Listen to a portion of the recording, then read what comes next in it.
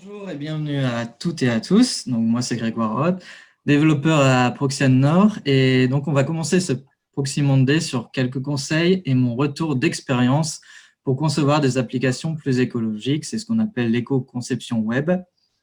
Car oui, le numérique, c'est comme tout, ça pollue, mais on peut essayer tous ensemble de réduire cette pollution invisible.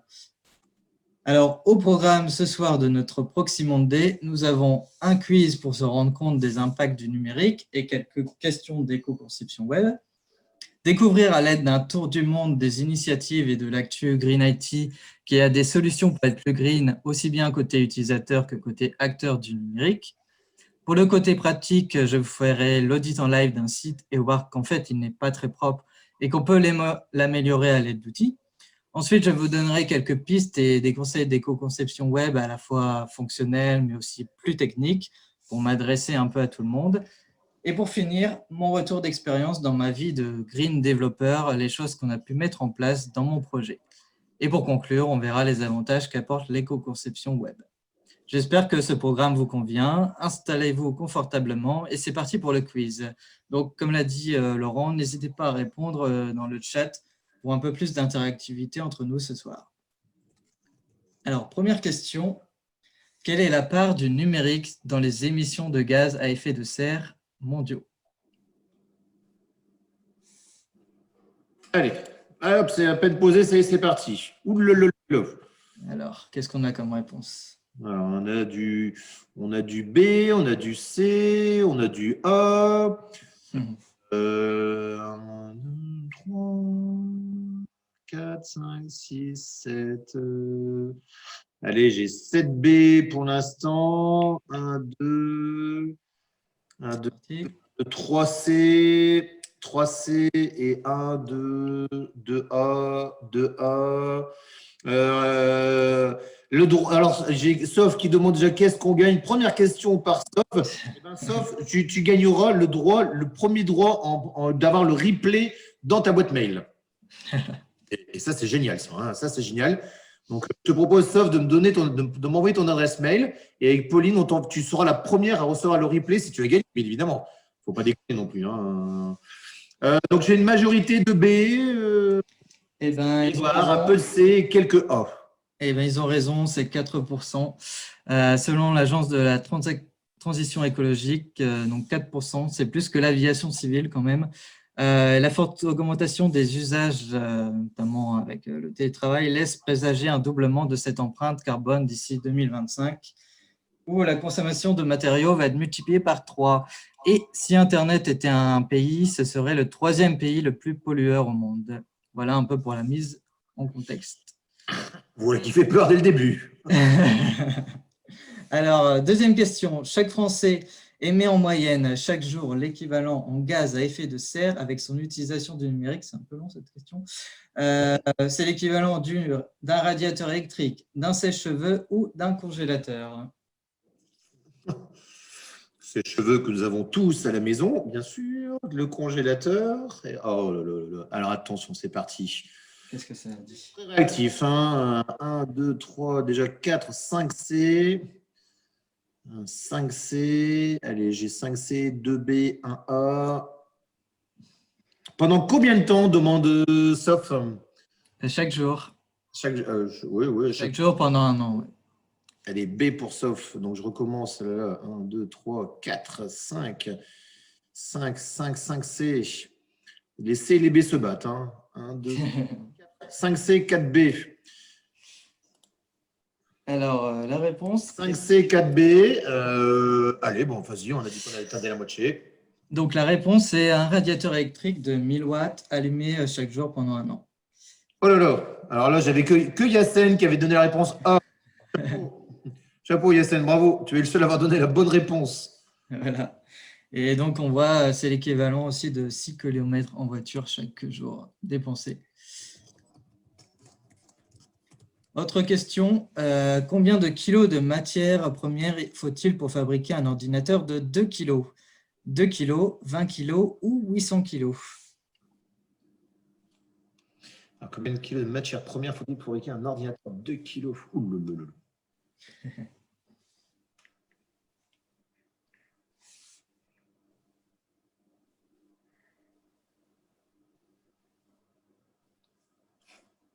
Bon, là, en masse, hein, la réponse B. Allez, j'ai 1A, 2C. Ok. Oh là, j'ai quasiment tout le monde a répondu. Là, hein. Et, réponse B en max. Eh ben, c'est la réponse C. Et oui, Oh là là là c'est là. énorme, c'est 800 kilos. C'est ce qu'on appelle le sac à dos écologique. Qu'est-ce que le sac à dos écologique? C'est le poids caché de l'ensemble des ressources naturelles. Donc, tout ce qui est, va être les ressources non renouvelables, les déplacements du sol et tout ce qui est l'eau qui est détournée de son flux naturel. Donc, voilà, c'est en haut de l'iceberg. Un ordinateur, c'est 2 kilos, mais en fait, il faut 800 kilos. Et pour un smartphone, c'est 500 fois son poids. Il faut 70 kilos de matière pour un smartphone qui va être de 300 grammes environ. Ça laisse imaginer le poids de son sac à dos. Hein. C'est ça, c'est ça. L'ordinateur, le smartphone, le petit lecteur MP3. Voilà. Tout ça, il faut beaucoup de matières premières. Qu'est-ce qui est plus lourd? Ça, petite question. Est-ce que c'est un GIF animé ou une vidéo MP4 de la même durée? Là, on rentre un peu dans les techniques d'éco-conception. On va faire des choix.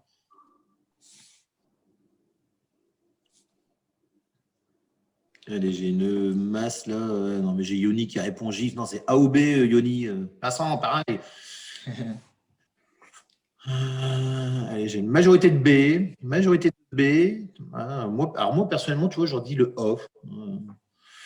Mais ouais. Majorité de B, Grégoire.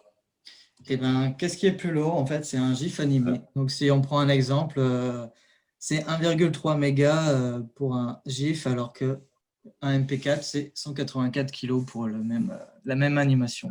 Ouais, ça sentait, ouais. Comme Ça dit sentait Sof, ça sentait le piège. Voilà, Ouais, c'est ouais. ça. Mais ça laisse un peu se rendre compte sur nos choix qu'on fait des fois dans l'utilisation.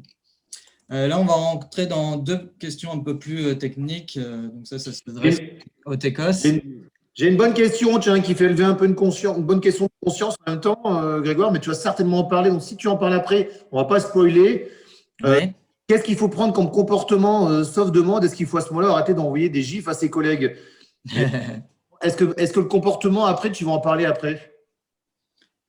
Sur les utilisateurs, oui, on peut en parler, oui. Tu en parles après dans ta presse? Oui, pas Allez. pour GIF, mais pour d'autres comportements, oui. Oui, non, bah, à ce moment-là, je te propose d'évoquer, de se le mettre dans un coin et d'en parler après. Alors. Donc là, les questions un peu plus TECOS. Donc, quelle écriture de ce code est la plus éco-conçue? La réponse A ou B, à vous de voir. Entre les deux, il y a des différences pour du code qui fait la même chose.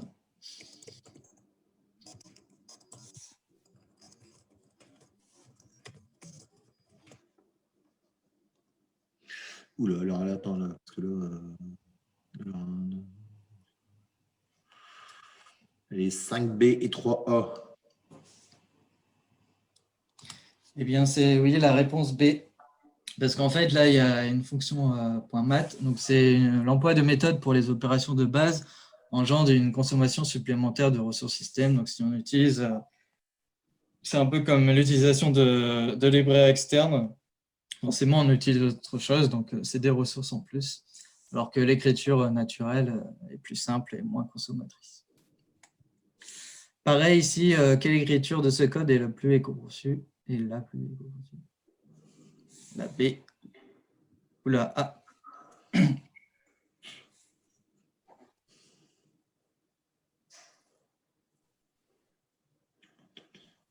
Égalité, là.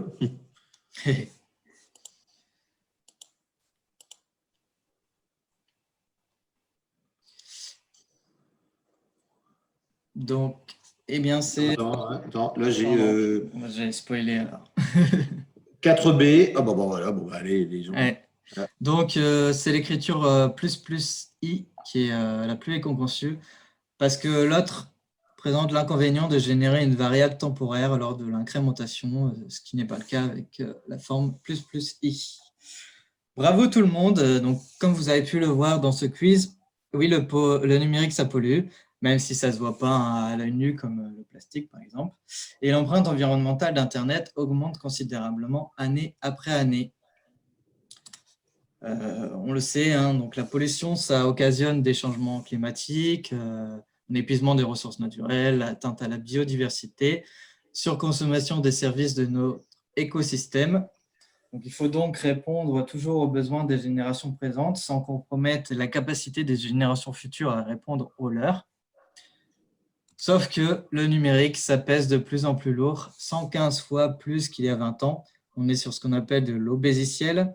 Alors que par exemple, pour la petite histoire, la taille mémoire contenue dans la mission Apollo pour aller sur la Lune, c'était environ 64 kilooctets. Face à maintenant, un site web moyen, ça va être entre 2 et 10 mégaoctets. Qu'est-ce qui s'est passé entre-temps?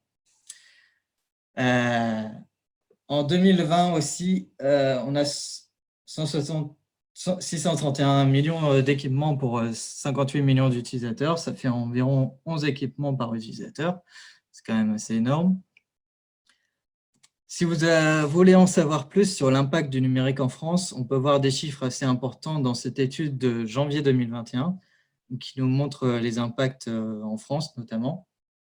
On peut voir des chiffres comme 6,2% de la consommation de la France pour l'énergie primaire. C'est 6 fois la consommation électrique de Paris. Qu'est-ce qu'on peut voir aussi? Que l'eau, c'est 2,2% de la consommation de la France. Et comme tout à l'heure, on retrouve notre radiateur. Il n'y a pas que l'énergie, c'est aussi nos appareils numériques nombreux et qu'on renouvelle trop souvent.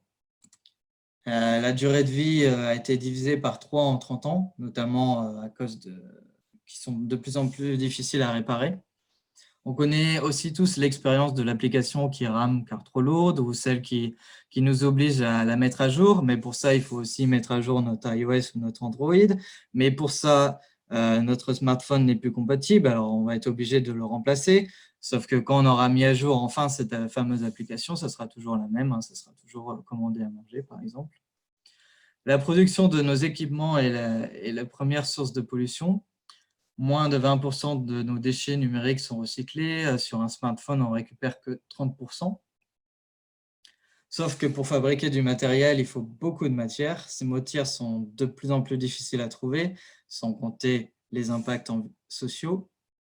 Nos terminaux utilisateurs consomment environ 2 fois plus que les data centers. Alors pour les chiffres, 25% des émissions de gaz à effet de serre, c'est pour les data centers, 28% pour les infrastructures réseau et 47% pour les équipements des consommateurs, tout ce qui est smartphone, tablette et ordinateur.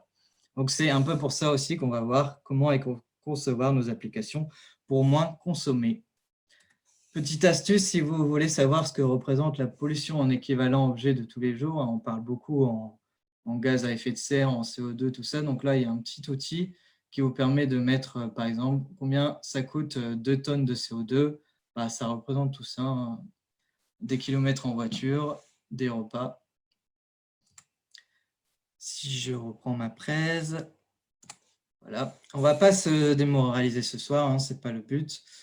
Tous ensemble, utilisateurs, développeurs, designers, PO, DevOps, Infra, Dev Data et tous les autres métiers de l'informatique, car c'est aussi un travail d'équipe, on peut avoir des solutions. Petite revue de presse dans le monde des initiatives Green IT. On peut saluer la prise de conscience des entreprises, comme ce qu'on fait un peu aujourd'hui. Notamment chez Proxad, on a une communauté Green IT où on livre différents articles ou posts sur des éco-gestes du numérique. Il y a aussi les politiques RSE qui mettent du Green IT de plus en plus. En 2020-2021, il y a eu pas mal de votes, de rapports, de propositions sur le numérique responsable, notamment avec le Sénat qui a adopté la proposition de la loi visant à réduire l'empreinte environnementale du numérique en France. Qu'est-ce qu'il y a dedans? C'est faire prendre conscience aux utilisateurs des impacts, limiter le renouvellement des terminaux et faire émerger l'éco-conception. On a vu aussi l'indice de réparabilité qui est arrivé sur tous nos matériels électroniques et électriques. En février aussi, il y a une feuille de route du gouvernement sur le numérique et l'environnement. On voit qu'il se penche dessus. Il il y a pas mal de data centers aussi qui se disent green, pareil, des designs. Les grosses entreprises se mettent aussi au projet zéro carbone. Il y a pas mal aussi d'initiatives low-tech. Pour la documentation, il y a un livre qui est sorti sur les 115 bonnes pratiques. Il y a une version qui est aussi en train d'être actualisée sur le sujet en cours d'écriture. L'Institut du numérique responsable a mis en place des formations à la fois gratuites ou payantes en ligne. Je vous conseille de regarder.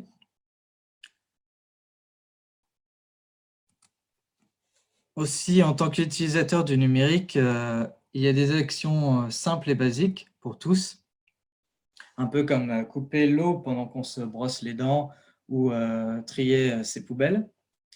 Ça passe notamment par moins de mails. Vous pouvez vous désabonner de newsletters.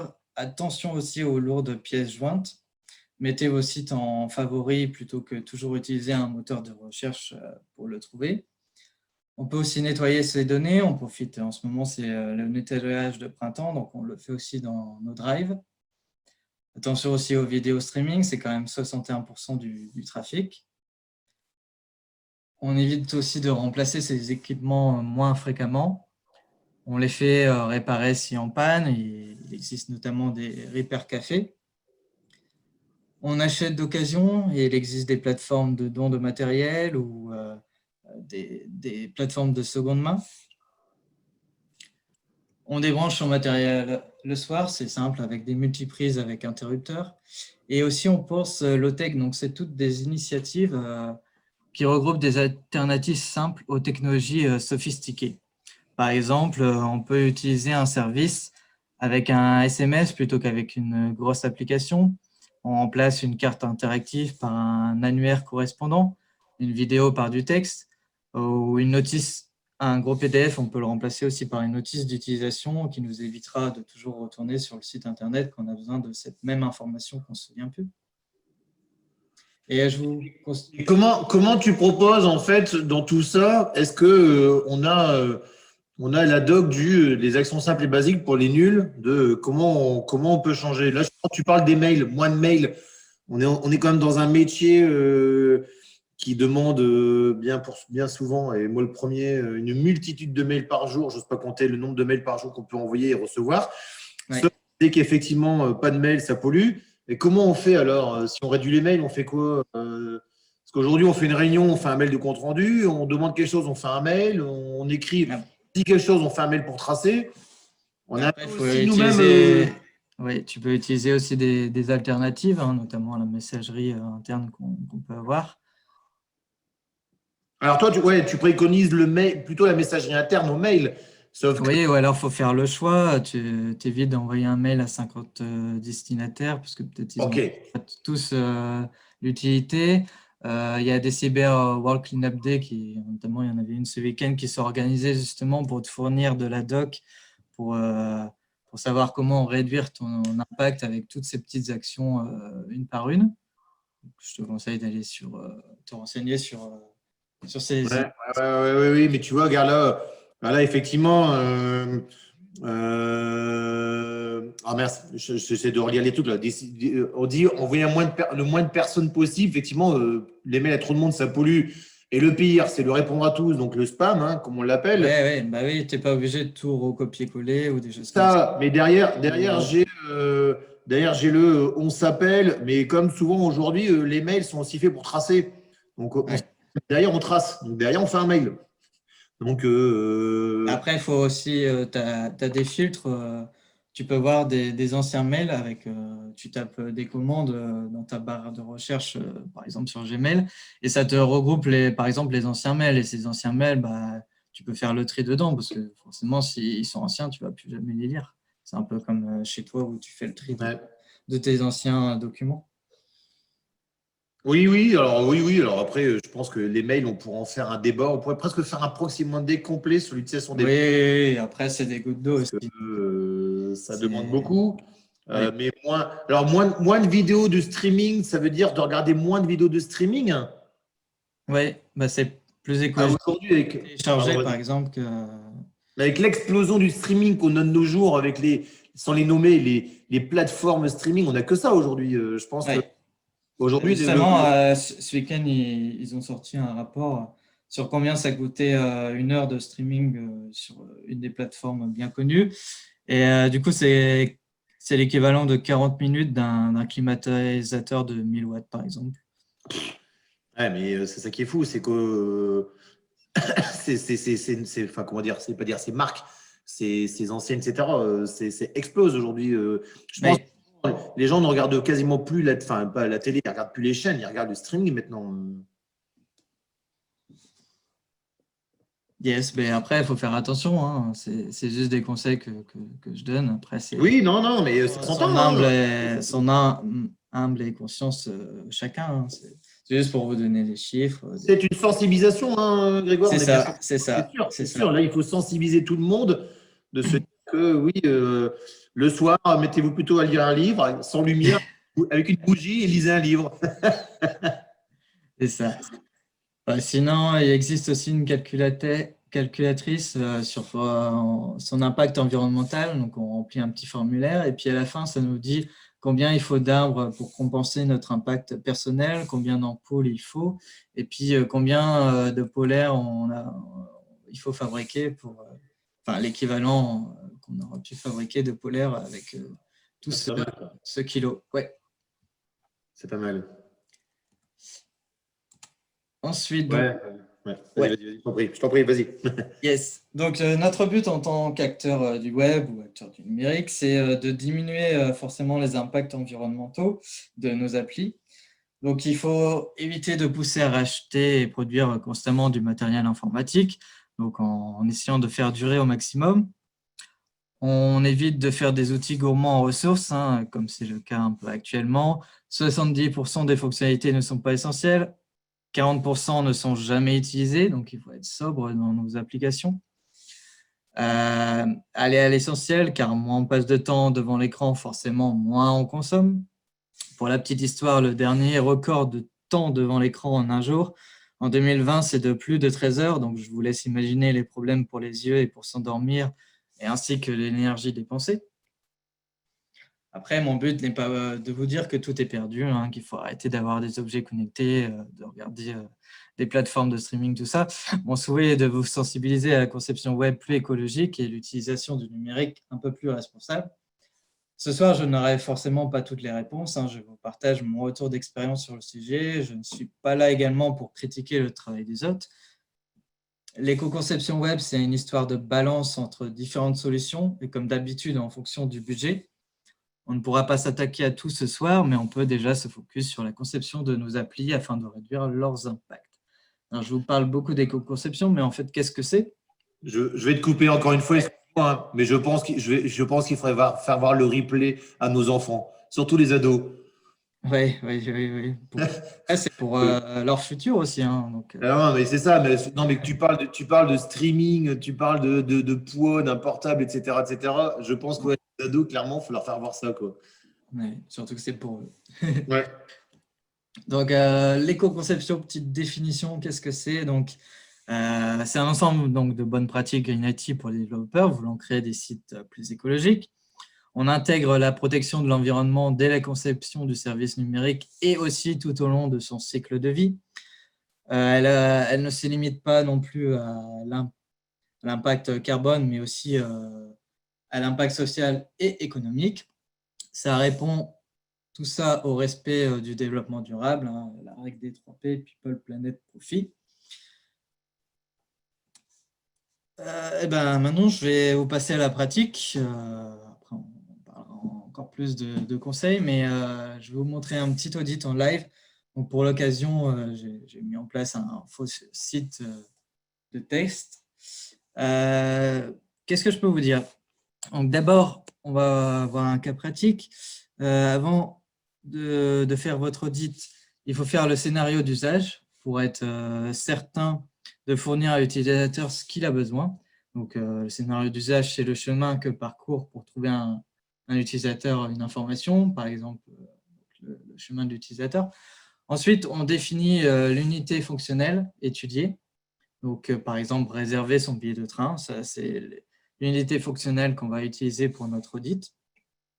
Ça nous permettra ensuite d'évaluer dans les mêmes conditions les évolutions qu'on va pouvoir faire. On fait l'analyse fonctionnelle et technique du site et on observe aussi les équipements utilisés. Donc pour ça, on va passer à ce superbe site. Je l'ai déjà préchargé ici. Donc, voilà, j'ai mis en place sur un super nom de domaine que j'ai eu gratos. Un super site e-commerce. Donc, les outils qu'on peut voir. D'abord, il y a Carbon Analyzer. Donc, je l'ai lancé depuis le début de notre présentation. Donc, on peut voir déjà tout ce qu'on a pu dépenser en CO2, en kilomètres de voiture. Donc, ça vous permet, vous déclenchez l'analyse, vous faites un tour sur votre site et vous pouvez voir combien ça a pu dégager de pollution rien qu'à l'usage. Ensuite, on a l'outil Wapalizer, donc ça nous permet de montrer toutes les technologies qui ont été utilisées pour ce site.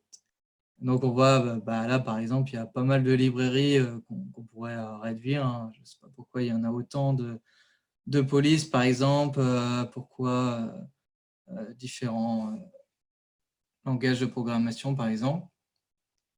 Donc, tout ça, ça coûte et ça permet de faire notre analyse technique aussi si jamais on n'a pas les interlocuteurs qui ont fait le site. L'inspecteur aussi d'éléments sur notre navigateur est bourré d'outils qui nous permettent de voir par exemple la performance. Donc là, j'ai fait tourner l'outil Lighthouse. Donc ça, on voit qu'il y a pas mal de choses déjà à faire au niveau de la performance. Ça nous fait une liste. Après, autre outil, ça va être l'extension Green IT Analysis. J'ai lancé ici. Par exemple, vous lancez votre analyse et puis cet outil va nous dresser une liste de bonnes pratiques. Donc, sur ce site, on voit par exemple qu'il manque pas mal de choses compressées. Il y a trop d'images qui sont retaillées directement dans le navigateur alors qu'elles devraient être retaillées à la base sur le serveur une bonne fois pour toutes et pas à chaque fois qu'on les utilise. Qu'est-ce qu'on peut voir d'autre? Qu'il y a beaucoup trop de fichiers CSS. Hein. Pourquoi il n'y en a pas qu'un seul compressé une bonne fois pour toutes? Pourquoi il y en a autant? Qu'est-ce qui me manque aussi? Il y a pas mal de polices d'écriture qui sont téléchargées un peu trop et un peu trop élevées.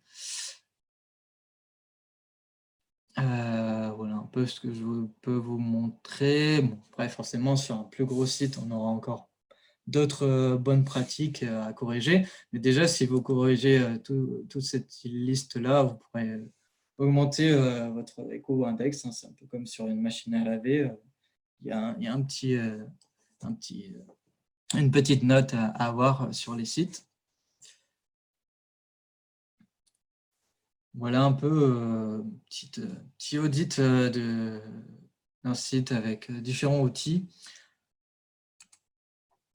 Alors, donc, on a pu voir l'inspecteur d'éléments. Ah oui, aussi, ce qui peut être pas mal, c'est la connexion en 2G. Donc, si vous allez ici sur Network, vous lancez Slow 3G, par exemple, et vous pouvez voir comment votre site se comporte en mobile et si il met trop de temps à charger en 3G ou en 2G, c'est qu'il faut quand même faire pas mal de choses pour y concevoir.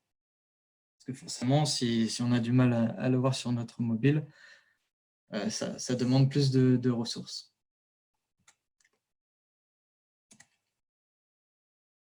Hop, voilà, c'est bon. Donc, on a pu aussi donc, citer l'extension Green IT Analysis qui reprend EcoIndex et Ecometer pour les bonnes pratiques. On peut aussi faire du monitoring après que vous avez mis en place vos bonnes pratiques d'éco-conception, donc avec le fameux Analytics, Grafana qui va vous montrer du monitoring de votre serveur, Datadog si vous êtes sur Kubernetes. Pour les QA aussi, vous pouvez tester avec Postman les API et les requêtes qui ont été faites. Hein. Si c'est un peu trop long, il faut faire quelque chose. Attention, évidemment, tous ces outils ont eux aussi des impacts écologiques. Il existe des versions un peu plus light, et il faut faire des fois le choix de ce qu'on peut utiliser. L'éco-conception doit être réalisée sur l'ensemble de cycles de vie d'un logiciel, donc ça passe par tous les cycles de vie. Dès la conception, c'est à ce moment-là que vous pouvez agir en imaginant et designant des applications les plus simples et abondantes, les plus frugales. À la réalisation, au développement, donc optimiser son code produit en respectant un ensemble de bonnes pratiques. Au déploiement, par exemple, aussi les ressources qui sont utilisées pour le déploiement, pour l'administration, à l'usage, donc éviter les sources d'impact, surtout si votre produit a des milliers d'utilisateurs. La maintenance, donc les corrections qui vont pouvoir être faites après et l'optimisation. Et à la fin d'exploitation, qu'est-ce qu'on va faire de nos données et de notre code obsolète.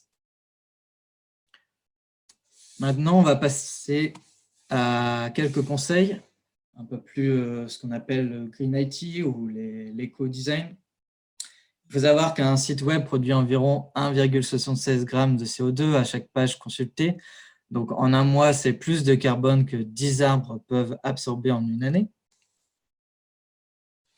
Alors, comment faire du Green UX en respectant les 3 grands principes de l'éco-conception, la simplicité, la frugalité et la pertinence? En amont, avec votre PO et en n'hésitant pas à l'alerter, vous pouvez évaluer précisément les besoins. On peut se poser des questions. Cette fonctionnalité est-elle vraiment nécessaire? Est-ce qu'on peut faire autrement?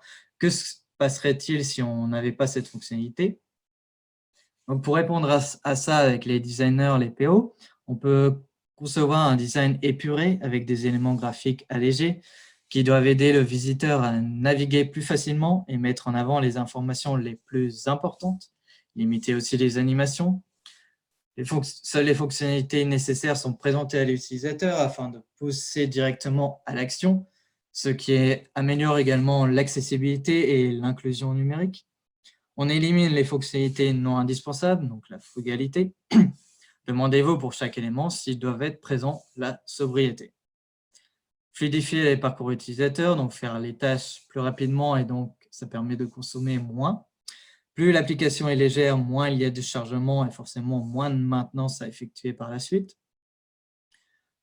Pour tout ça, vous pouvez faire des tests d'absence. Vous supprimez une fonctionnalité et vous attendez que les utilisateurs s'en plaignent. Et vous serez surpris qu'au final, il n'y a pas tant de réactions. On peut faire aussi de l'A/B testing, essayer une version plus allégée en parallèle avec une version moins allégée et voir ce qui se passe. Pensez à optimiser pour le mobile afin d'éviter de charger des éléments lourds sur le téléphone avec une connexion mobile. Le temps de chargement sera plus rapide et la navigation fluide et épurée. Réaliser un design responsive et passe-partout compatible sur n'importe quel appareil, même ancien, afin d'éviter l'obsolescence prématurée et le rachat avec production inutile du matériel. Ça évite également la fracture numérique. Forcément, si c'est compatible sur des anciens appareils, une partie de la population ne sera pas exclue. Pensez également au chargement à la demande. Ça permet d'économiser de la bande passante en affichant des données ou des visuels seulement quand ils sont demandés par l'utilisateur. Dans une démarche Green IT, il faut réfléchir à réduire les requêtes dans les bases de données, éviter trop d'appels vers les API et des allers-retours vers les serveurs. Donc, définissez des composants qui seront chargés qu'à la demande, au clic par exemple, pour les vidéos, les images et pas avant. Si vous utilisez des éléments externes type map, widget, affichage en temps réel ou des réseaux sociaux, attendez qu'ils soient demandés avant de tout montrer par l'utilisateur ou les remplacer par du low-tech, par exemple par des liens simples. Pensez aussi à réutiliser une image sur toutes les pages d'une même rubrique plutôt qu'en utilisant plusieurs. Vous pouvez mettre un filtre par-dessus à l'aide de CSS. Au niveau des fontes, il faut éviter d'en avoir trop parce que forcément, elles seront téléchargées à chaque fois à l'extérieur. Donc, utilisez plutôt 2 polices d'écriture.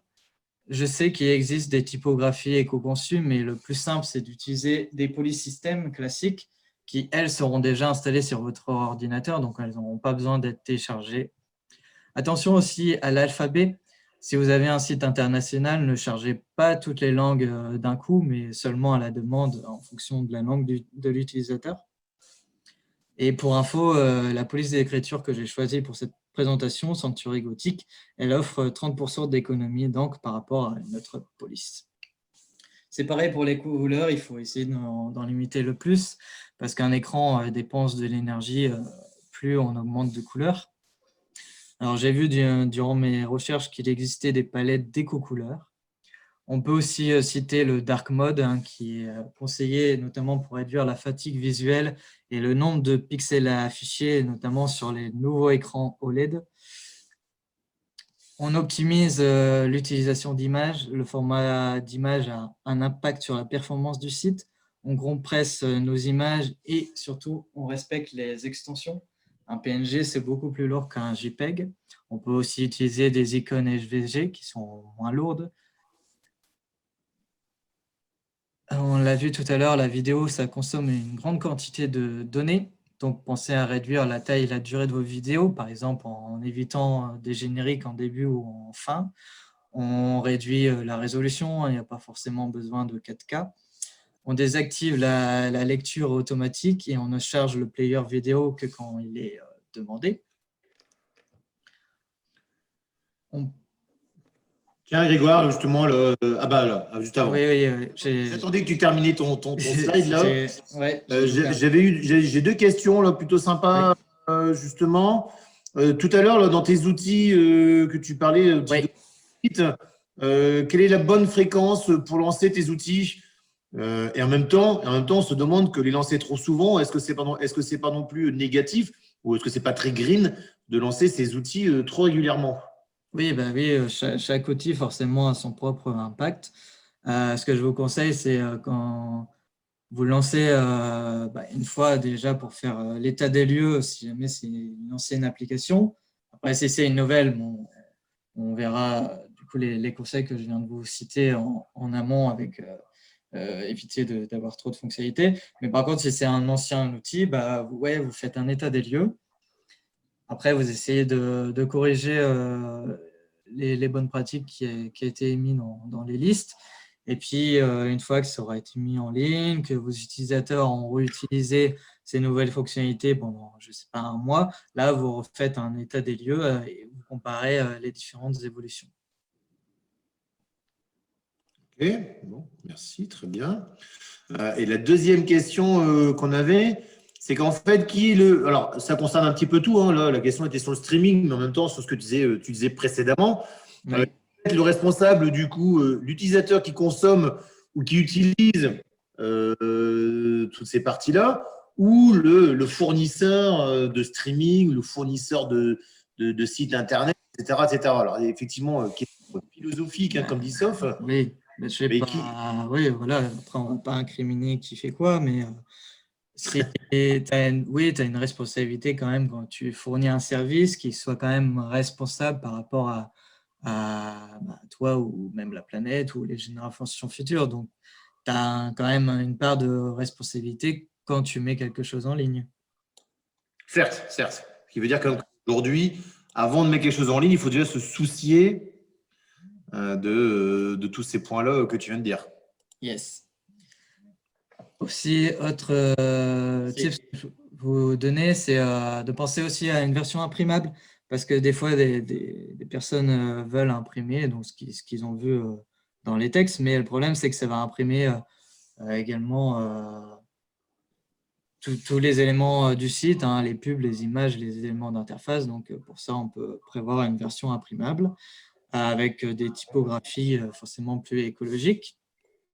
Optimisez aussi votre référencement. Forcément, si votre site est plus facile à trouver, moins l'utilisateur devra charger de pages pour trouver l'information. Pour le chiffre, un jour de requête sur votre moteur de recherche préféré, c'est l'équivalent d'un trajet de 6,7 millions de kilomètres en véhicule léger. C'est 80 000 requêtes à la seconde. Et le temps de réponse sera pris en compte bientôt par Google comme un élément de ranking d'ici mi-2021. Donc forcément, qui dit temps de réponse dit éco-conception. Et on l'a vu tout à l'heure, pour répondre à la question précédente, mesurer les émissions carbone de votre site avec des moniteurs pour connaître les parcours utilisateurs et les fonctionnalités. Et pour les QA, analyser les temps de réponse et les bases de données. Si c'est trop long, il faut faire quelque chose. J'ai une question, Grégoire. Est-ce que Google pénalise dans son référencement les sites qui ne sont pas green? Oui, en fait, il ne dit pas ça directement, mais là, en mai 2021, il va pénaliser ceux qui ont un trop grand nombre de temps de réponse. Donc, forcément, si ton site n'est pas optimisé, il va augmenter son temps de réponse. Donc, tu vas être pénalisé par Google si tu n'es pas optimisé. Ça va rentrer en compte bientôt. Alors maintenant, on va passer à le côté un petit peu plus techos. Donc, je vais vous citer quelques exemples de bonnes pratiques pour vous donner quelques pistes. Vous pouvez en retrouver d'autres dans le livre des 115 bonnes pratiques. Ce n'est pas un placement de produit ce soir, et vous pourrez trouver aussi pas mal sur Internet d'autres bonnes pratiques. Donc, pour le développement, il faut s'assurer que le code n'incite pas nos utilisateurs à changer d'équipement et que le fonctionnement de l'application est optimisé pour éviter de nécessiter une infrastructure trop lourde tout en limitant les flux de données. Ça passe par réduire le nombre de requêtes afin d'éviter le trop nombreux allers-retours entre le front et le serveur via des data centers qui, je l'espère, seront green, et réduire la puissance informatique nécessaire des deux côtés du réseau. Diminuer le volume de données échangées, 2 fois plus d'énergie pour transporter une donnée que pour la stocker pendant un an. En moyenne, une donnée numérique, ça parcourt 15 000 km. Il faut réduire aussi la charge serveur nécessaire au traitement de notre code. On cherche à réduire la puissance informatique de notre CPU, par exemple, notre bande passante, notre nombre de serveurs nécessaires au fonctionnement de notre service. C'est aussi une histoire de balance et d'équilibre. Il faut toujours trouver le juste équilibre. C'est un travail d'équipe, donc il faut se challenger sur ce qu'on a besoin. Nos outils, on l'a vu tout à l'heure, nos ressources, nos technologies aussi. Est-ce que celle-là n'est pas un peu trop lourde par rapport à mon besoin? Un site web peut être super rapide, mais pas green forcément. Par contre, l'inverse est vrai. S'il est rapide, s'il est green, il sera forcément plus rapide. Pour limiter le traitement d'informations, on peut utiliser ce qu'on appelle le cache. Alors, qu'est-ce que le cache? Parlons-en. Il y a du cache applicatif, donc ça aide à garder en mémoire le résultat d'une opération complexe et bien souvent plus longue. Donc ça se met côté back, on va enregistrer les calculs complexes. On a ce qu'on appelle aussi la mémorisation, donc on met en cache le retour d'une fonction si ces attributs forcément n'ont pas changé. Donc, comme ça, la fonction ne va pas toujours être exécutée, on va juste appeler son cache. Il y a aussi le cache serveur, HTTP, donc on stocke le contenu d'une réponse pour le servir ensuite à plusieurs utilisateurs. Dans le navigateur aussi, il y a du cache, on le voit des fois, on a des images ou des choses comme ça qui sont sauvegardées. Pour ça, il y a le local storage ou le session storage. On peut aussi penser également en piste d'amélioration le mode hors ligne, forcément, avec des progressives web apps. Si on a développé notre site pour le mode hors ligne, forcément, il va être optimisé. On essaye de supprimer le code inutilisé. Alors pour ça, il y a quelques outils. Je peux vous citer Bundlephobia. Si par exemple, vous voulez utiliser un package externe, il va vous dire combien de taille ça dépense et combien de dépendances sont liées. C'est mieux d'utiliser des plugins qui forcément ne sont pas lourds et eux-mêmes éco-conçus, surtout si on est dans la démarche. On essaye de garder… oui, il y a aussi Purge CSS qui permet de nettoyer aussi les CSS qui sont plus utilisés. Des fois, on fait des feuilles de style, mais avec beaucoup de code et après, il y a du design qui est plus utilisé, notamment quand on reprend une ancienne application, donc on pense aussi à la nettoyer. On garde un code propre et simple, bien ordonné. et on évite aussi tout ce qui est duplication de code. Je ne vais pas vous l'apprendre. On allège les poids pour diminuer le charge serveur. On compresse tout ce qu'on peut compresser. Si actuellement, par exemple, vous regardez le gestionnaire des tâches, vous verrez que Chrome est super lourd à l'heure actuelle. C'est plus de 1 giga. On met à jour les dépendances que vous utilisez dans vos frameworks et on suit les bonnes pratiques de ces frameworks. On fait moins de boucles et surtout, on essaie de ne pas appeler trop de fonctions dedans, mais plutôt en variable, afin d'éviter que la fonction ne soit appelée à chaque fois qu'on utilise la boucle. On remplace ce qu'on appelle les try-catch par des tests plus logiques. On évite aussi les logs qui s'entassent dans la mémoire du serveur ou les mails de logs qui sont envoyés à plein de destinataires, alors qu'on sait très bien que personne ne va jamais lire ces mails d'alerte. Mais par contre, ça va s'accumuler partout. On évite de créer inutilement des valeurs en variables et on vide ces variables. En effet, à chaque fois qu'elles sont utilisées, la mémoire vive est occupée. Donc, on libère cette mémoire vive et qui peuvent être importants. Une autre piste aussi, c'est de fournir ce qu'on appelle des pages précalculées, donc une nouvelle technologie qui s'appelle Jamstack. Ce sera peut-être l'occasion d'en parler dans un futur Proximondé. Mais en gros, c'est construire des sites web statiques sans base de données. On définit le juste niveau aussi d'automatisation pour éviter de surconsommer des ressources en permanence, notamment pour le déploiement ou l'utilisation de tests. On partage nos bonnes pratiques qu'on aura pu voir d'éco-conception durant les code reviews. On prend du recul sur notre travail, sur notre architecture de code, ne pas toujours avoir, ce qu'on dit, la tête dans le guidon. On analyse nos performances. Côté hébergement, on essaie forcément d'utiliser des data centers à énergie verte. C'est toujours mieux. On héberge son site au plus proche des utilisateurs. On peut se poser la question, comment mon énergie est-elle produite? Alors pour ça, on a un petit site qui va nous donner les impacts dans différents pays. Alors si on prend la France, on voit que c'est assez vert parce qu'il y a des énergies renouvelables, mais aussi le nucléaire. Mais par exemple, si ton serveur il est ailleurs dans le monde, forcément, ça sera plus compliqué. Hop, je reviens ici. On utilise aussi des serveurs virtualisés. Forcément, quand on mutualise les ressources machines, c'est mieux.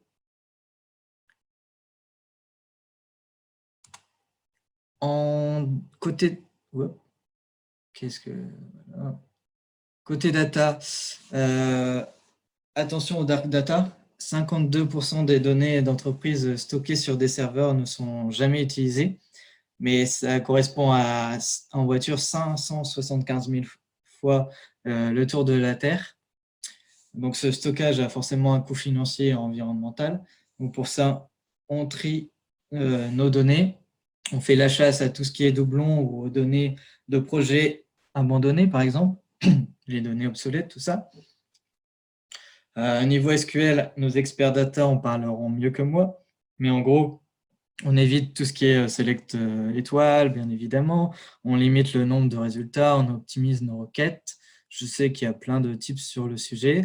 On utilise des procédures stockées et forcément, on se connecte à la base de données que si c'est nécessaire. Je ne sais pas si on a des questions, Laurent. Non, tout va bien pour l'instant. Je pense que là, tout le monde suit comme il faut. Attentivement. Ok, nickel. Alors maintenant, on va passer à mon petit retour d'expérience dans notre équipe. Les choses qu'on a pu mettre en place. D'ailleurs, je les salue. J'imagine qu'il y en a certains dans le chat ce soir. Qu'est-ce que fait notre application web? Elle permet de suivre et mesurer les performances des communautés de sportifs pour les directeurs de magasins. Donc, on a eu aussi une prise de conscience, un peu comme ce soir, je peux vous la donner. on s'est documenté et on s'est demandé ce qu'on pouvait faire à notre échelle pour réduire nos impacts dans notre métier. Alors, on a organisé des ateliers de sensibilisation. On se challenge en équipe. Par exemple, une semaine, on organise un jour où on nettoie nos drives, par exemple. On réduit aussi l'utilisation de notre vidéo dans nos réunions en télétravail. On s'est fait une to-do list d'actions réparties en différents types entre les équipes, matériel, développeurs, data, projet ou idées perso. Donc, c'est un fichier d'actions qu'on s'est mis en place pour avoir un projet un peu plus numérique responsable. Les changements qu'on a pu faire sur l'application qu'on a pu reprendre. Donc, on a fait d'abord un audit dessus, comme on a pu le voir tout à l'heure.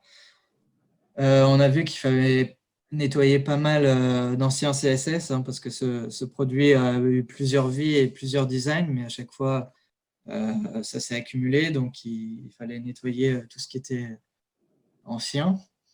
On a remplacé les images par des petites icônes SVG. On a aussi rajouté du lazy loading.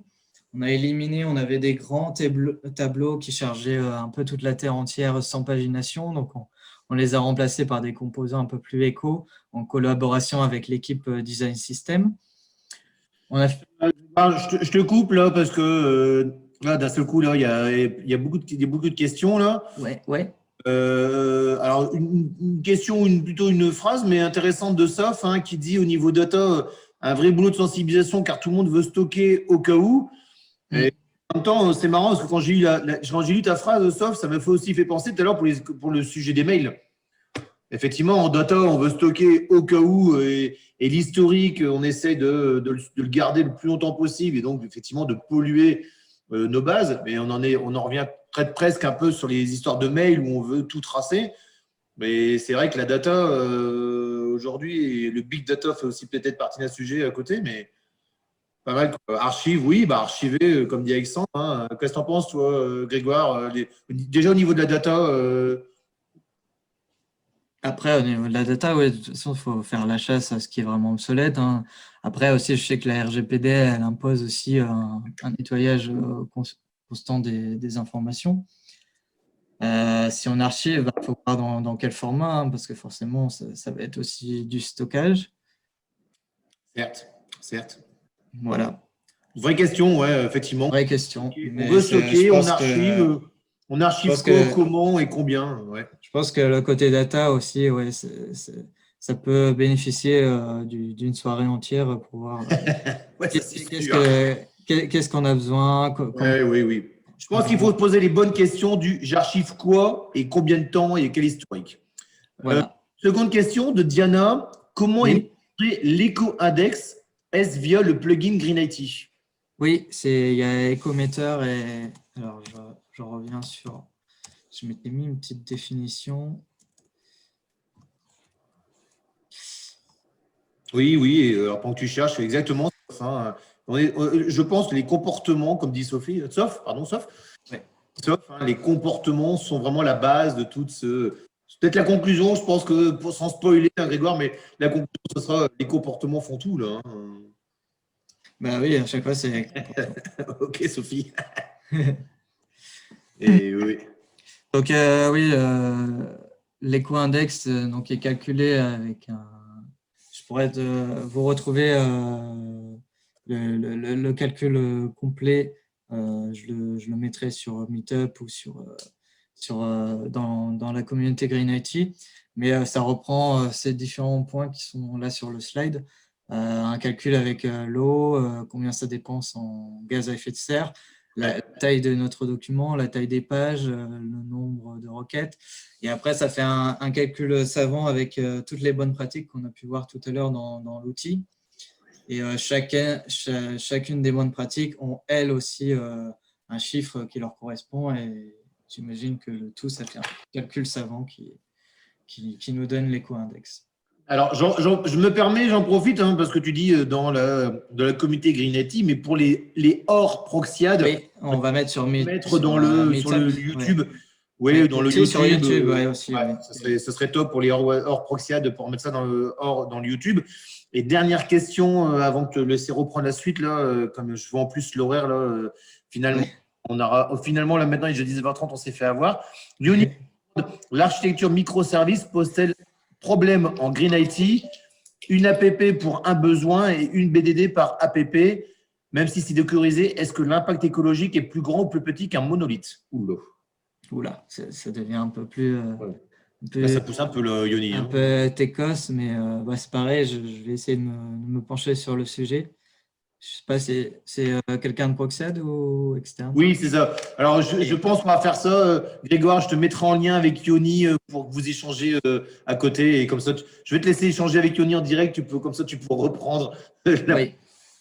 Et quand j'aurai la réponse, évidemment, les ressources seront mises sur YouTube ou sur Meetup. De toute façon, je m'étais dit que je mettrais un commentaire avec tous les liens que j'ai pu lister durant la presse. Donc, j'en profiterai aussi pour répondre à ces questions. Ok, merci Grégoire. Je te laisse reprendre. Là.